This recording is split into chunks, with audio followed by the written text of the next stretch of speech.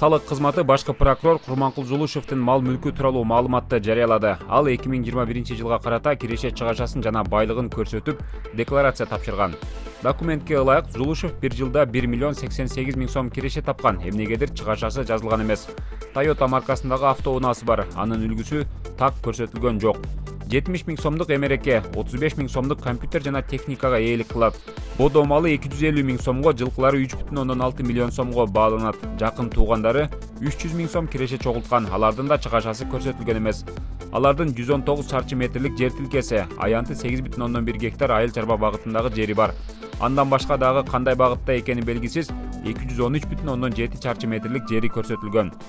Мында баш прокурордун өзүнүн да үй бүлөсүнүн да баш калкалоочу турак жайы жок болууда. Белгилей кетсек, Курманкул Жулушевдин 2020 жылдагы декларациясында жакын туугандарынын 119 жана 213,7 шарчы метрлик жер тилкеси турак жай деп жазылган болчу.